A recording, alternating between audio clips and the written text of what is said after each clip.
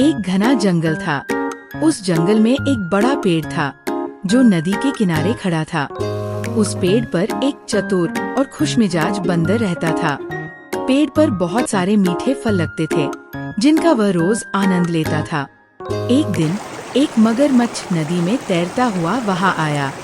बंदर ने देखा कि मगरमच्छ थका हुआ और भूखा लग रहा है। उसने सोचा, चलो इसे कुछ फल दे देता हूँ। बंदर ने पेड़ से कुछ मीठे फल तोड़े और मगरमच्छ को दे दिए। मगरमच्छ बहुत खुश हुआ और उसने बंदर को धन्यवाद कहा। इसके बाद वे दोनों अच्छे दोस्त बन गए। हर दिन बंदर मगरमच्छ को फल देता और वे आपस में बातें करते। एक दिन मगरमच्छ ने ये फल अपनी पत्नी को खिलाए। मगरमच्छ की पत्नी को फल बहुत पसंद आए। उसने अपने पति से कहा, अगर ये फल इतने मीठे हैं तो उस बंदर का दिल कितना मीठा होगा। मुझे उसका दिल चाहिए। मगरमच्छ परेशान हो गया। वह अपने दोस्त को धोखा नहीं देना चाहता था, लेकिन पत्नी की जिद के कारण वह मजबूर हो गया। अगले दिन मगरमच्छ ने बंदर से कहा, मित्र, क्यों न तुम मेरे घर चलो? मेरी पत्नी तुमसे मिलना चाहती है। बंदर ने पहले तो मना किया, लेकिन फिर मान गया और मगरमच्छ की पीठ पर बैठ गया। जैसे ही वे नदी के बीच पहुँचे, मगरमच्छ ने सच्चाई बता दी। मुझे माफ करना मित्र, मेरी पत्नी तुम्हारा दिल खाना चाहती है।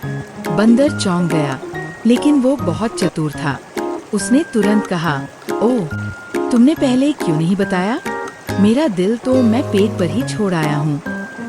अगर तुम कहो तो हम वापस चलें और मैं ले आता हूँ। मगरमच्छ उसकी बातों में आ गया और वापस पेड़ की ओर चल पड़ा। जैसे ही वे किनारे पहुँचे, बंदर फुर्ती से पेड़ पर चढ़ गया और बोला, मूर्ख मगरमच्छ, क्या कोई अपना दिल निकालकर कहीं रख सकता है? अब जाओ और अपनी पत्नी को बताओ कि चालाकी से कभी दोस्ती नहीं खरीदी जा सकती। मगरमच्छ शर्मिंदा होकर वहाँ से चला गया। सिख, इस कहानी से हमें सीखने को मिलता है कि संकट में भी सूझबूझ से काम लिया जाए तो बड़ी से बड़ी मुसीबत से बचा जा सकता है। साथ ही किसी सच्चे दोस्त को धोखा देना कभी सही नहीं होता।